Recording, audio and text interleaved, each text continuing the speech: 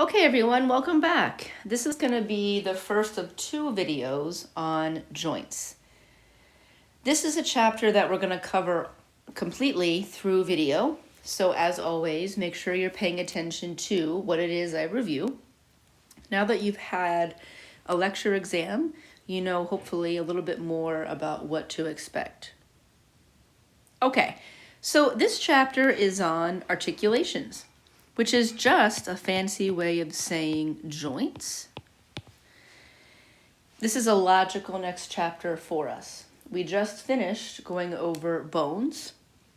So when two bones come together, they form a joint. So it makes perfect sense that after we've gone over the bones, we're going to talk about joints. And of course, joints help us provide motion, and that's very important in the study of human motion or kinesiology. So, you know, it makes sense that we're talking about this. All right, so you can see in your notes that we can classify joints in the human body different ways. I prefer to utilize these classifications, either fibrous, cartilaginous, or synovial, and these are the ones that we are going to use. You can see in your notes that it's also possible to classify them as synarthrosis, amphiarthrosis, or diarthrosis. We are not going to be using those terms, but I just wanted to put them out there because you may have heard them before. We're going to use fibrous, cartilaginous, and synovial. I'm going to move quickly because this should be a review from A&P. All right, so the first type of joint is a fibrous joint. An example of a fibrous joint would be the sutures of the skull.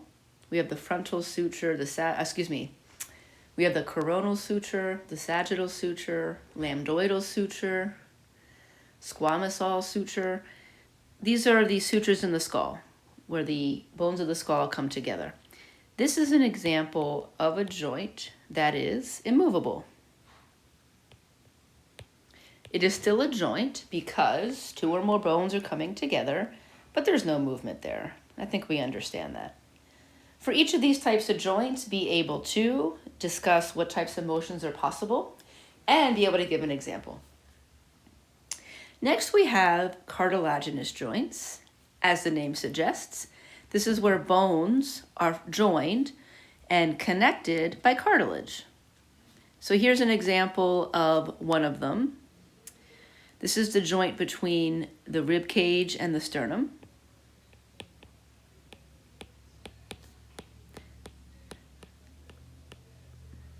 It's technically known as the costochondral joint.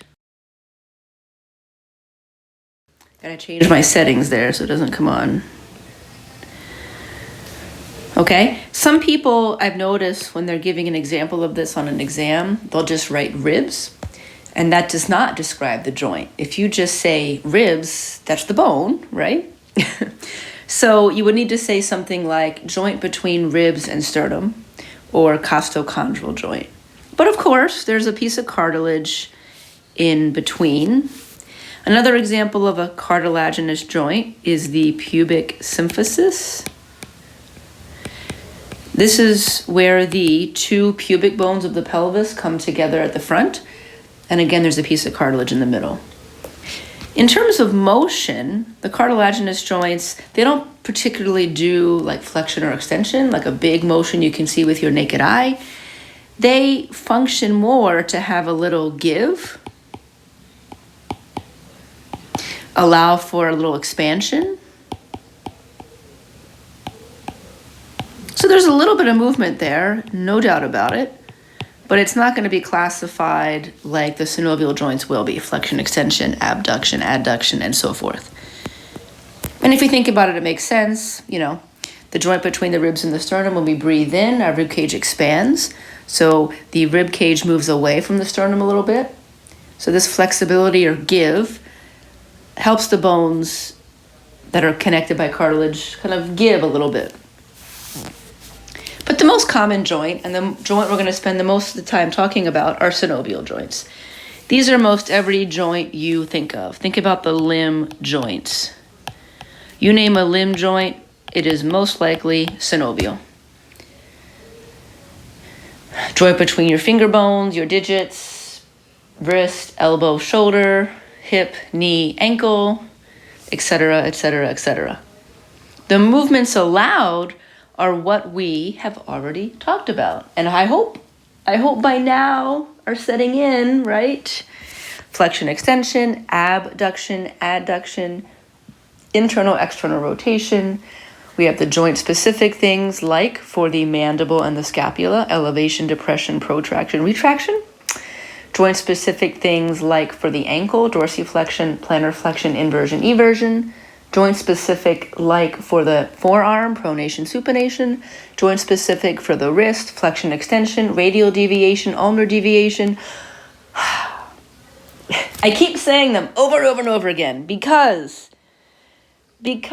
I hope sooner rather than later they will become part of your daily language.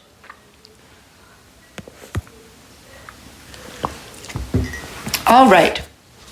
As you can see on your notes there, letter C, there's components of synovial joints. Synovial joints have components, have things in them that the fibrous and the cartilaginous joints don't. So, as you can see on that list, synovial fluid. Well, in a freely moving joint like this, in your knee, elbow, in a joint that moves so much, we need some of that synovial fluid for lubrication. It's like anything. We have two moving parts, pistons in a car, any type of engine part. You need lubrication. So the synovial fluid provides lubrication. The synovial fluid sits in a joint cavity. Let me use a different color here. The joint cavity. The joint cavity is just this space. Sometimes you can have, for example, your knee. Sometimes you can have your knee filled with fluid. That would be fluid filling in the joint cavity. We want some synovial fluid there, but we don't want a lot of excess fluid. So the joint cavity is the space filled there, and it's filled with synovial fluid. Encapsulating the joint is a joint capsule. Encapsulating the joint is the joint capsule. Let's make that green. Here it's called articular, but another word for that is joint capsule. So you see this green? The joint capsule is dense irregular connective tissue, so it's pretty thick connective tissue, and it encapsulates the joint. Because think about it, if we're going to have a joint with fluid, we need something to contain that fluid. Otherwise, the fluid would move away from the joint. So imagine this like really thick saran wrap, and it encapsulates. It goes around the joint like a circle, encapsulates the joint, and allows it to contain the fluid.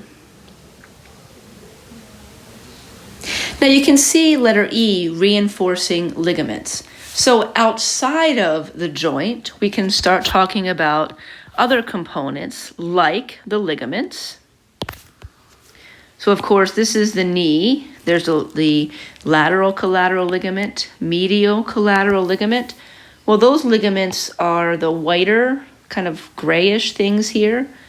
So outside of the joint capsule, we have these surrounding ligaments. See, it labels the ligament. But the ligaments are outside of the joint capsule, which encapsulates the joint and holds the synovial fluid. But the ligaments play a really important role. They reinforce this joint.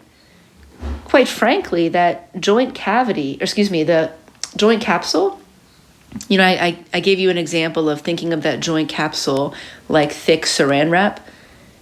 It's pretty thick saran wrap-like. So it has to be thick enough to hold everything in, but it's also not meant to be super rigid because we want to allow the bones underneath to move around. So the joint capsule is thick enough to encapsulate the joint and hold in the fluid, but we are going to rely on the surrounding ligaments for the real support. All right, and the only thing I didn't talk about yet is the articular cartilage. What color have I not used yet? How about pink? At the end of each bone that lines a synovial joint is a little glove-like covering. It's shown as blue. I'm covering it in as pink or purple, however you want to call that color. That is the articular or hyaline cartilage. Even in this picture in the middle, this blue area, it's like a glove. It's a glove over the end of the bones as they come together at the joint. We don't want bone on bone. We don't want bone edge on bone edge. So we cover just the ends of the long bones with this little glove-like covering of cartilage. You may remember this from other classes you've had. It is technically hyaline cartilage, but hyaline here is called articular because it's at a joint. But you could use either hyaline or articular cartilage. These are really important structural components only of synovial joints. So I like these pictures because it starts deep and then it gets further out and out, kind of like you were looking at the inside of an onion and then seeing the outer layers. Let's say that all three of these are the knee joint. Well, this picture, letter A, is the bone on bone and the deepest part of the joint. Shows you the bone on bone, it shows you the joint capsule, the joint cavity with the synovial fluid. Then, surrounding the joint at its deepest, we have the surrounding ligaments that I circled in blue, that I highlighted in blue. We get a better look at the hyaline cartilage or articular cartilage that lines the end of the long bones. And by the way, we can also see some of the inner ligaments. Here's the anterior cruciate, posterior cruciate. This here being the knee. We also have some menisci, extra pieces of thick cartilage for shock absorption. But really, going from left to right, the farthest left is just the bones and the deepest part of the joints. In the middle, we add these surrounding ligaments. And then, of course, last, we add the muscles. Because indeed, we have muscles around the joint. So here we can see the quadriceps and how their tendons come around, right? This quadricep tendon crosses the patella and attaches on the tibial tuberosity of the tibia. So we have the deepest joint components, surrounding ligaments, and then outside of that, we have the musculature. I'm excited. I don't know about you. But then again, when am I not excited? Here's a sagittal view. We already know it's a sagittal view because we know the planes of the body. Sagittal view of the knee of a MRI. Isn't that cool? We can see some of the bones, patella, femur, tibia, fibula. We can also see, I love this picture because we can see, we can see the articular cartilage or hyaline cartilage. See how at the tops of the bones, there's this little glove of cartilage, so we're not having bone on bone, a little bit of cushion. We can also see the joint cavity, space. What's in that joint cavity? Fluid. We can start to see some of the surrounding ligaments. Here we can see a part of one ligament. Okay, we can see the surrounding musculature. Here's the quadriceps muscle with the tendon crossing over the patella, going all the way down to the front of the tibia. This would be the hamstrings muscle group. This would be the calf or the gastrocnemius. So we can see all these things. Yeah, I'm not lying. Okay, so we talked about 3 types of joints, fibrous, cartilaginous, and synovial. We're going to be spending our time on the synovial joints. I kind of like the pink, actually. Can you handle the pink? I can handle the pink. So within synovial joints, we have to have further subdivisions. So what are some of the types of synovial joints? Okay, so we're putting aside the fibrous and cartilaginous joints, and now we're only talking about synovial. But we have so many different ways in which bones can come together in a synovial joint. And of course, the synovial joint has the hyaline cartilage lining the ends of the bones. It has a surrounding joint capsule, which encapsulates the joint, so there's a joint cavity filled with synovial fluid. It has reinforcing ligaments around it and muscles around that. See, the more I say it, I'm trying to repeat it again and again. I'm going to ask you probably to know most of them in your notes. We may cross one or two off. Some of these are pretty simple. I bet you already know. So types of synovial joints. Well, we have ball and socket.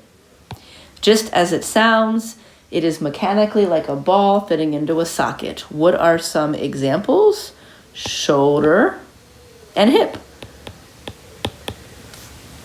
You can imagine that. The head of your humerus is a ball, fits into the depression or socket of the scapula called the glenoid cavity. This allows for the most motion. So the ball and socket joint can do all three of the main motions. So when you see on your notes, motions allowed, we're really thinking of only three possibilities. So when we talk about motions allowed, we're not really going to be talking about the joint specific. We're going to be a little bit more general. So the possible motions allowed for this discussion are abduction, adduction, flexion and extension, and internal, external rotation. Well, guess what? Ball and socket joint can do all three. Then we have a hinge joint, and it is indeed like a hinge. If you think of the hinges on a door, you have one surface kind of pivoting, even though it's not called a pivot joint, but sliding around the other side. The best example of a hinge joint in the body is the elbow. You can see later we have something called the modified hinge, and that's what the knee is. So be careful. The elbow is the best example. A hinge joint can only flex and extend. Like a door, it can only open and close.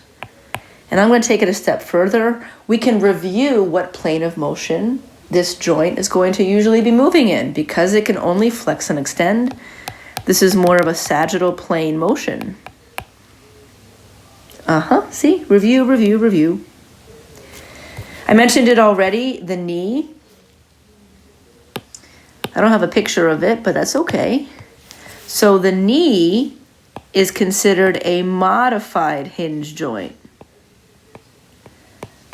It's very similar to a hinge joint, but in addition to being able to do flex and extend, the knee can actually do a little bit of rotation. The tibia can internally and externally rotate a little. We're going to talk about this more. We have a whole chapter on the knee. Hopefully by now the snow will be melted, but no guarantees up around here, right? So it can do a little of rotation, so that's why it's considered a modified hinge, even though to most people it looks just like a hinge, technically a modified hinge. I mentioned a pivot. Well, here's a real pivot joint. The best example of a pivot joint is the proximal radio-ulnar joint. Aren't you glad that you know your anatomy so well? Could you remember the ulna and the radius? Or the forearm bones? The ulna and radius meet. This is where they meet proximally. This radial tuberosity sits into a little depression in the ulna. There's a ligament that covers all the way around the head of the radius. But what's cool is, as we pronate and supinate, this is exactly where that pivot motion is happening. So actually here, we are going to mention a joint specific because this is the axis for our pronation and supination motions. As you pronate and supinate, the head of the radius pivots over the ulna, pivots in that little joint.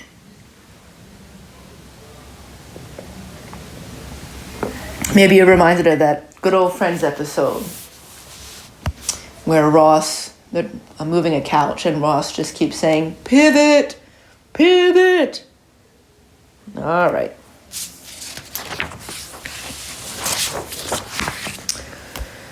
We are not going to talk about a saddle joint, so don't worry about that.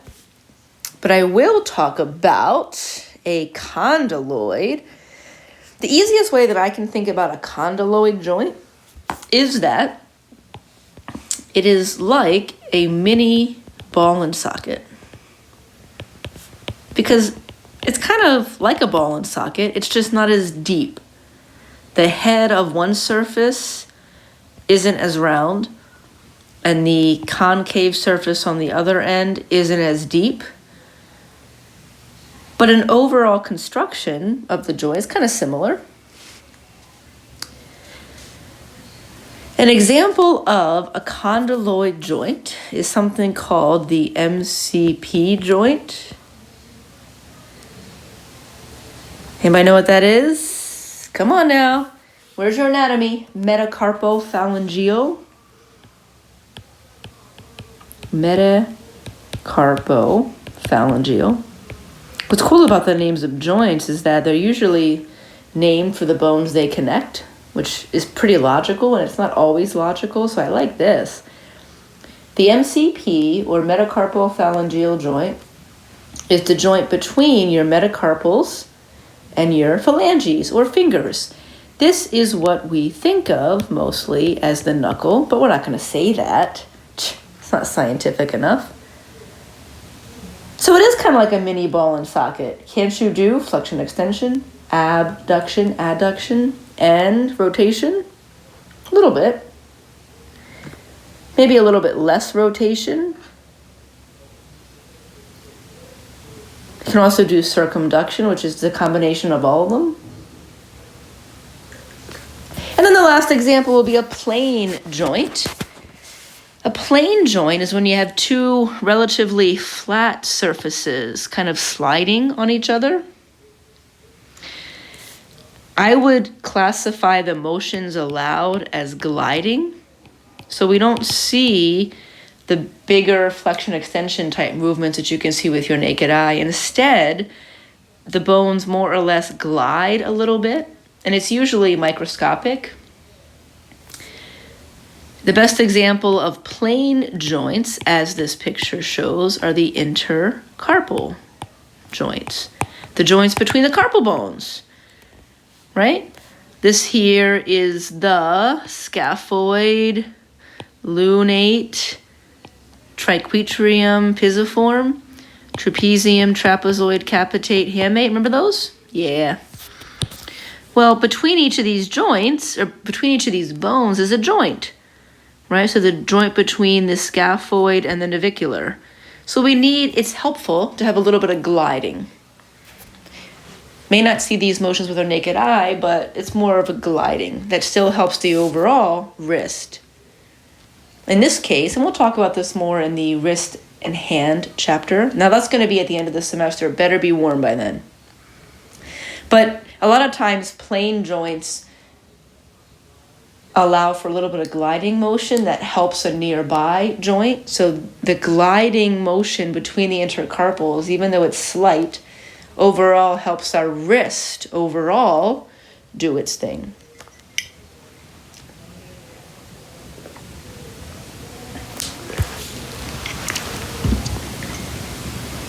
All right. Moving on. Write down the notes. I hope you're following along. Roman numeral number 2, movement at synovial joints. I'm actually going to open up a new picture. I want a new document, new notebook. You can see on your notes there's two categories of movements. Our first category of movements we've already been talking about. And we're going to call these angular motions or movements.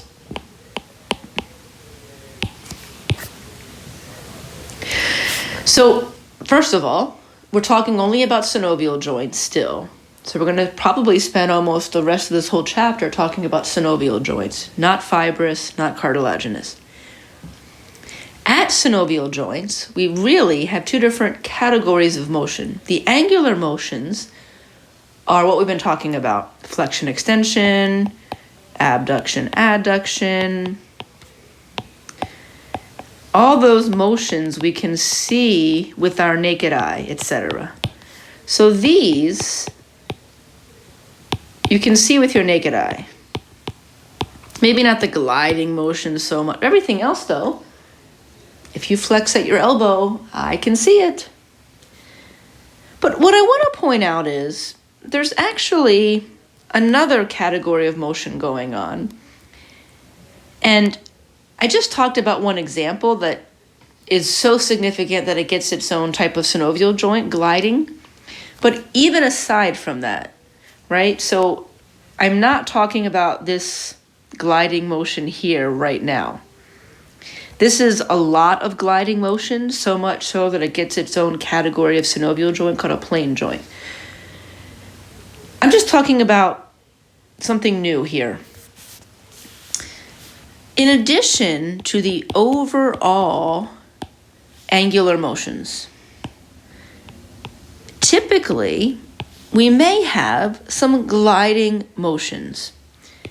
These are smaller movements inside a synovial joint. And they're kind of like gliding movements, not as much as we have gliding between the carpal bones. But the idea here is these you cannot see with your naked eye.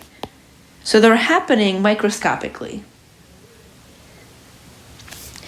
And the goal of these is they tend to help an angular joint, help an angular motion. Maybe I should say it this way. I'm trying to be as easy as I can, clear maybe. Their overall goal is to enhance an angular motion.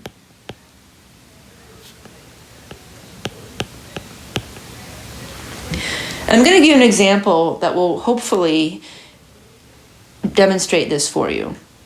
So in addition to the flexion, extension, abduction, adduction, internal, external rotation, pronation, supination, dorsiflexion, plantar flexion, in addition to those angular motions that are more gross, we can see them, they're bigger.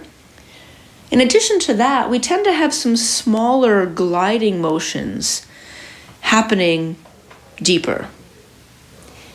They're deeper, we don't see them, but they're still important because they're many times enhancing a particular angular motion. I am going to give you an example. It's a little bit harder because we're doing this virtually, but I'm confident enough that I can, dare I say, draw this well enough? Okay. I'm going to have to, you're going to have to bear with me here because my drawing is not so good. But let's talk about, we're going to make a person. Look at that. Okay. Look at our person. Oh, I'm terrible. We're going to focus on the shoulder. And we're going to focus on shoulder abduction. So, as you begin studying, I would like you to have an idea, be able to explain this concept through an example. And this is the easiest one. So of course, when you're studying, you're first going to just understand and memorize or whatever, really get. You're first going to understand this, that we have these big angular movements. You can see them with your eye, flexion, extension, all the ones we've been talking about. But a lot of times, deep within the joint, imperceptible to us, there are some gliding motions that enhance the angular motion. The best example is shoulder abduction. So let me just set the scene with my terrible drawing again. Okay, so if we look at the shoulder joint, it's almost like we're going to magnify what's going on here. The shoulder joint has the head of the humerus, and it fits into, I'm on the wrong side. All right, I can do this. I'm just going to talk myself into it. We have the scapula, and the scapula has the socket. So here's our socket, and I'm going to put in pink the head of the humerus. So this is the scapula on the back. So we have the head of the humerus in pink, the ball fitting into the black socket. And let's just draw the rest of the humerus. Let's say this is our humerus bone. There's the humerus, ulna, and radius, hand. That's really bad, everyone. Yeah.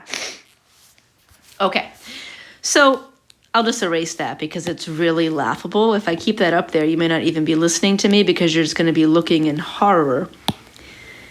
But we get the idea. We have the humerus in pink, the head of the humerus, which is the ball fitting into the socket of the scapula. Well, when we begin to abduct, isn't abduction with a B like baby? That's to move the arm away from the body. So we can begin this angular motion, abduction, and we can actually get up to about 90 degrees without problem. So this humerus is going to move up to about 90 degrees, right? So if the humerus started down, now the humerus can be all the way up there. So we can abduct our arm to 90 degrees. But once we get there, we have a problem. Because if you know about the scapula has this thing called the acromion process. Remember that? The acromion process is the very bone on the tip of your shoulder. Well, the acromion process gets in the way. So when this humerus tries to abduct even higher, it's going to hit up against the acromion process. I've magnified this joint surface. Obviously, it's not that big, the acromion process. So the point is, we're able to abduct at the shoulder up to about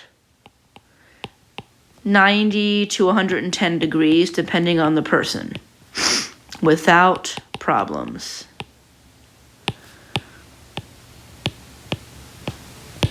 We're able to abduct at the shoulder up to about 90, 110 degrees without problems.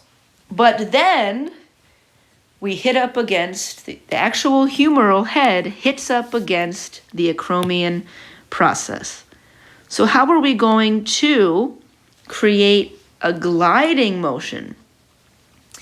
How are we going to create a microscopic motion deep to allow us to get over this potential bony block?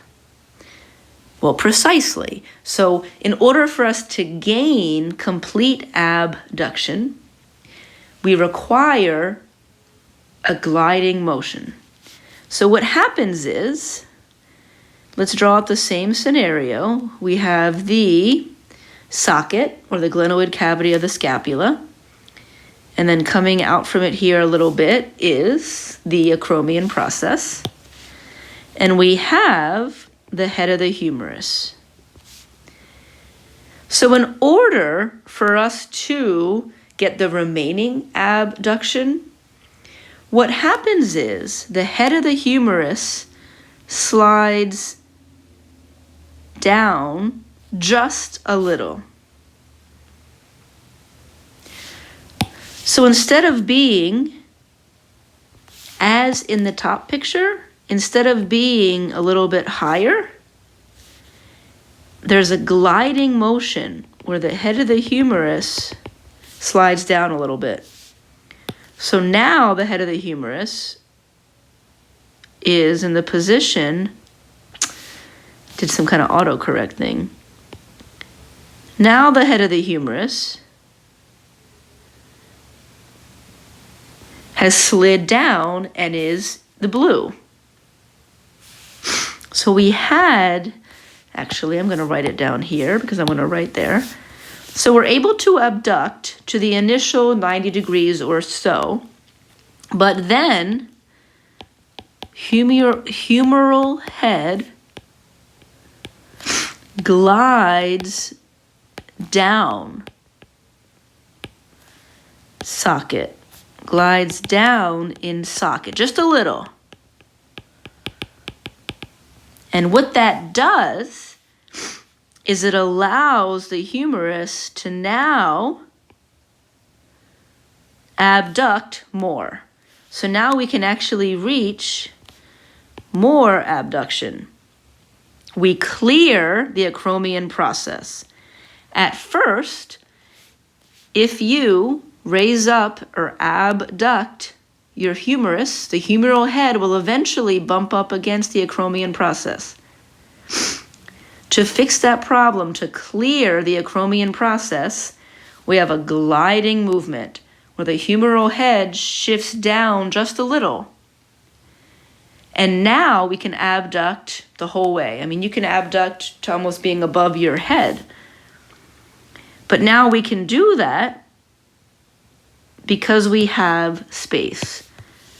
So now we've cleared this space simply by sliding the humeral head down. This is an example of a gliding motion helping the overall abduction. So by the humeral head gliding down, now arm can abduct fully. Before, it could only abduct to about 90 degrees or so, but then the actual bone, the head of the humerus, hit up against the acromion process. To fix that, deep inside the joint, we have some gliding motion of the humeral head down. So now that when the arm abducts, it no longer hits the acromion process. If you're into rehab, this is not going to be on the test what I'm about to say. If you're into rehab, maybe you've heard of joint mobilizations. A lot of times joint mobilizations are to regain this type of gliding motion. After you injure your shoulder, if you're in a sling for a while, or if you just injure your shoulder and you're not able to move it as much, well, due to immobility, everything tightens up and we might lose some of this gliding motion. So a lot of joint mobilizations, the therapist actually kind of grabs the arm and purposely slides the humeral head up and down to try and loosen the connective tissue structures to gain back this gliding motion. Such good things, you know? I tell you, quality here with a capital Q. All right, I want to discuss two more things in this first video. One of them is, now we're going to look at Roman numeral number 3, joint stability, factors affecting joint stability. Okay, right. So what are some things that affect joint stability? Bony congruency. Bony congruency means how much bone is touching bone. So the hip has a lot of, we're going to compare the hip and the shoulder. So the hip, look at the top row here, the hip. The hip has high bony congruency, which just means that there's a large surface area of one bone surface against a large surface area of the other bone surface. There's more bone-on-bone contact. On the other hand, the shoulder has low bony congruency. There's much less bone-on-bone contact. Just a little bit of this connects with a little bit of that. If I were to actually measure the length of my green lines and my purple lines, which line is longer? Well, the hip, the purple, simply because there's more bone on bone. So the hip has a lot of bone-on-bone contact or a lot of bony congruency. The shoulder has very little. The higher the bony congruency, the more stable. So because of this, the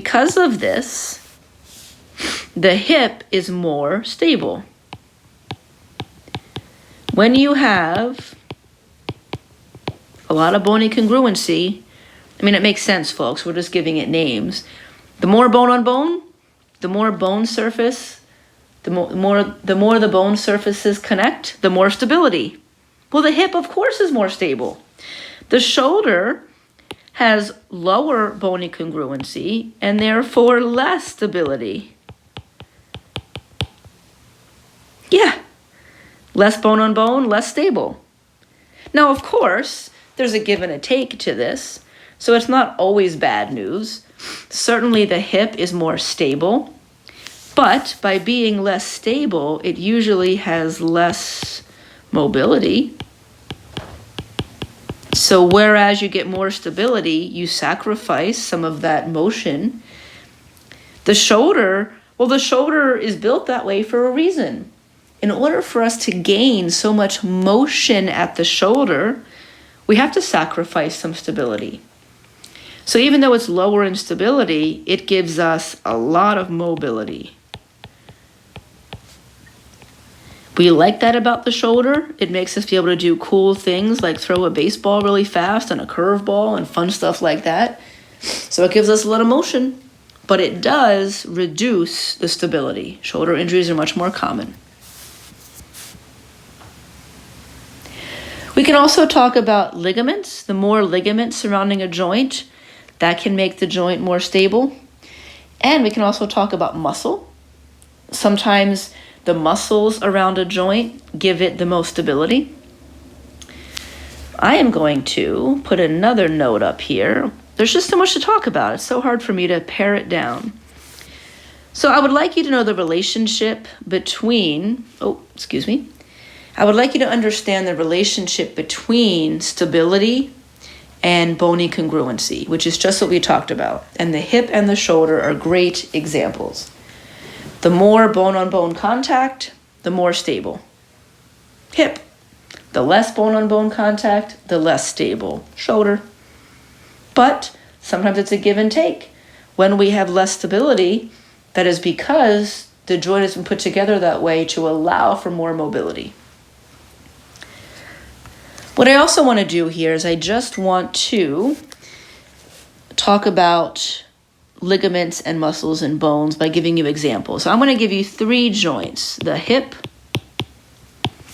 3 synovial joints: hip, knee, and shoulder.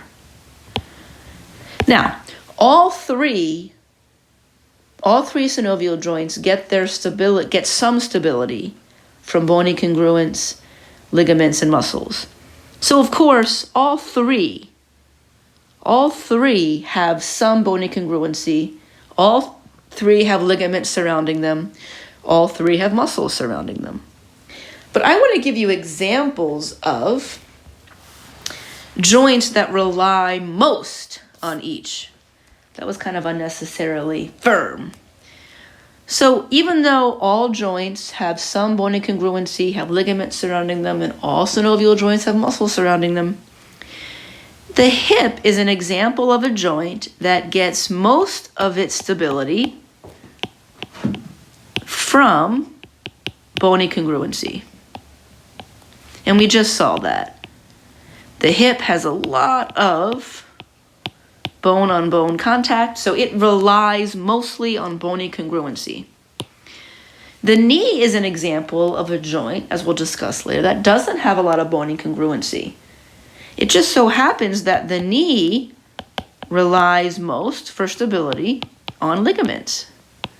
It has all 3, some bony congruency, of course it has muscles around it, but the knee is just an example of a synovial joint that has really strong ligaments.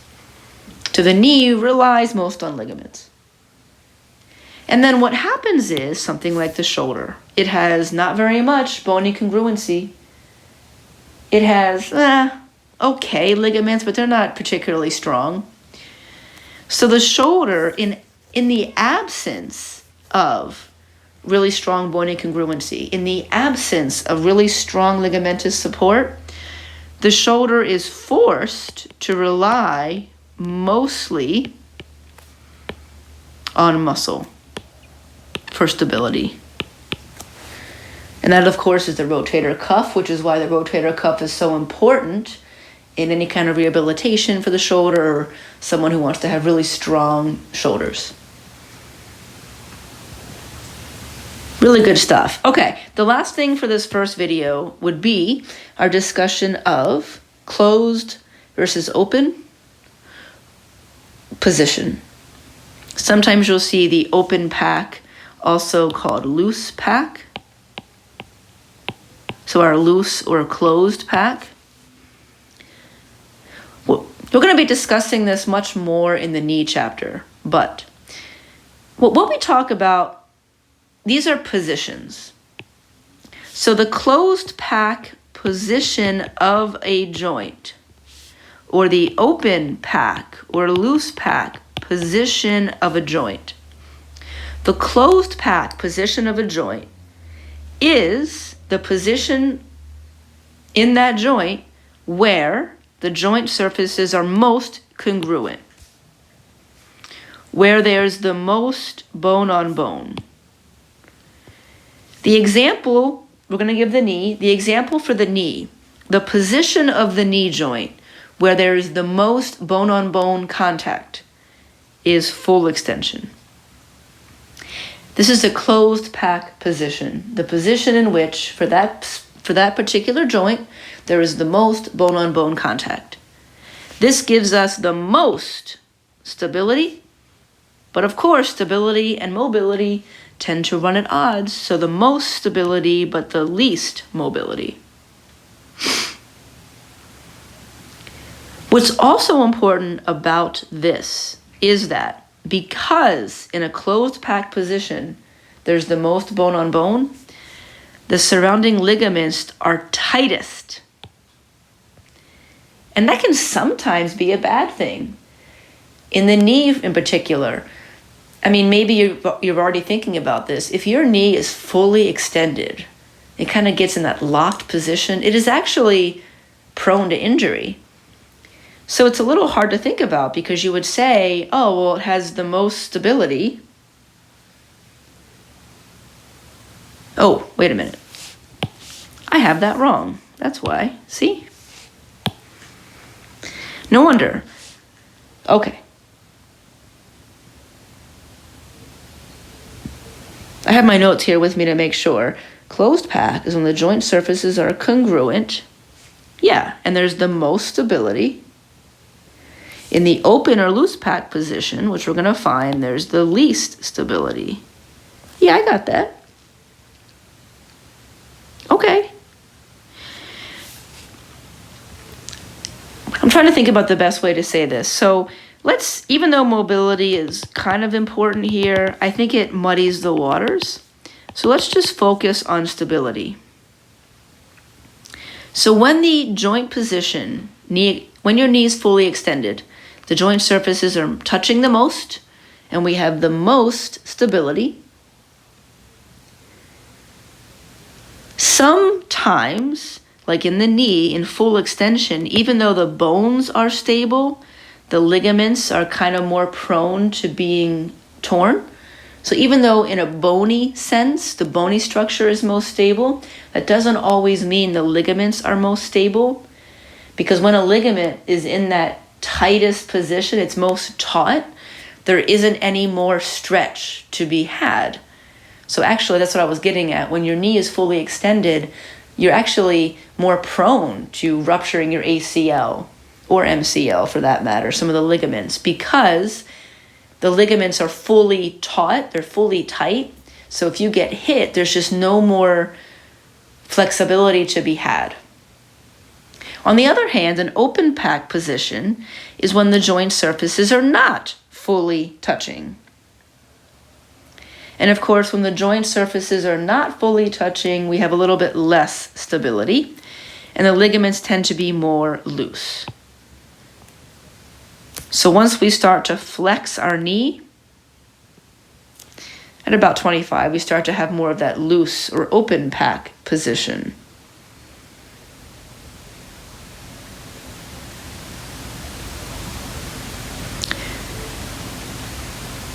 Okay, so I want to, here's a kind of visual, right? In a closed pack, there's the most bone on bone. That line is longer. Here, there's less bone on bone. Okay. When we talk about ligaments, when we are in full extension, this is the closed pack position. Ligaments are tightest or taut. Taut, I think that's how you spell it. They're fully, it's like they're pulled to their tightest, right?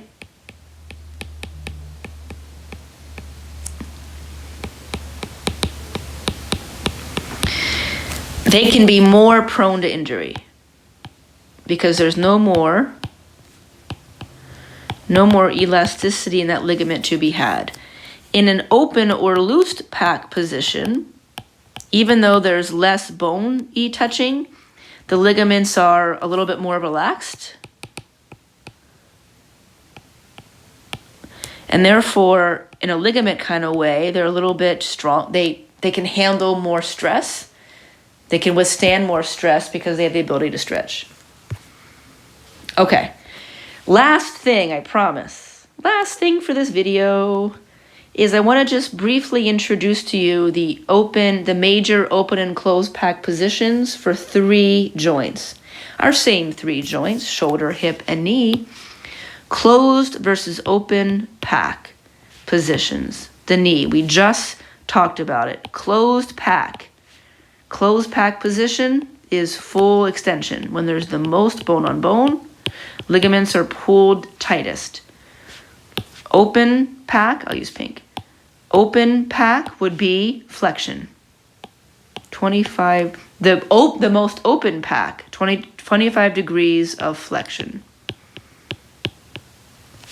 So in the knee, when is it strongest in terms of bony structure and full extension? Okay, let's talk about the hip. You should know these, that's why I'm writing them out. The closed pack position for the hip is hip extension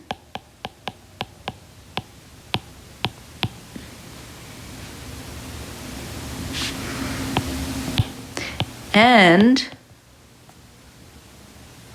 oh, you know what, actually, I was going to get more specific, but let's just make it simpler. I would think you'd be in favor of that. The hip, because it's so deep, so it's such a deep socket, right? Because it's so deep, it's almost always in closed pack. So it's very strong. What I was going to give you is once you move away, once you do more flexion, not just slight flexion, but if you flex your hip to a certain degree, hip flexion makes it a little bit more open pack. But I think that the discussion is kind of moot because it's such a deep socket, it's almost always in closed pack. But let's talk about the shoulder as another example. Okay. The closed pack position of the shoulder is about 25 degrees of flexion.